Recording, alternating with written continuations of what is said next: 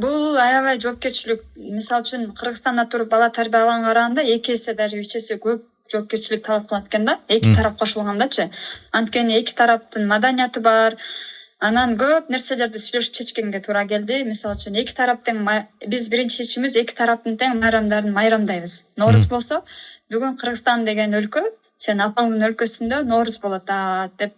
Мисалы үчүн үйдө борсок бышырабызбы же ошол күнү көчө бойноп келебизби, сөзсүз бир өзгөчөлөнгөн бир нерсени кылганга аракет кылабыз да. Эгемендүүлүк күнү дедиби? Эгемендүүлүк күнү бул жакта майрамдалат да. Бала бакчаларда дагы мисалы үчүн мугалимдер, тарбиячылар түшүндүрөт дегенде, анда биздин өлкөнүн эгемендүүлүгүн айтышыбыз керек деп ушундай кылабыз. Анан улуттук баалуулуктарды ошол жерден окшошпуз көбүчү. Мисалы үчүн чүкө барбы? Ашып чүкө ойношкон, боз үй, монгол элинде дагы бар да. Ошондойлорду үйгө алып келип сувенир кылып коюп койгонбуз, көрсөтөбүз. Бул улуттук биздин оюнчук болот. Бул улуттук лего деп коебуз чүкөлөрдүчү. Бул лего оюну депчи. Лего деп балдар жакшы көрөт эмеспи?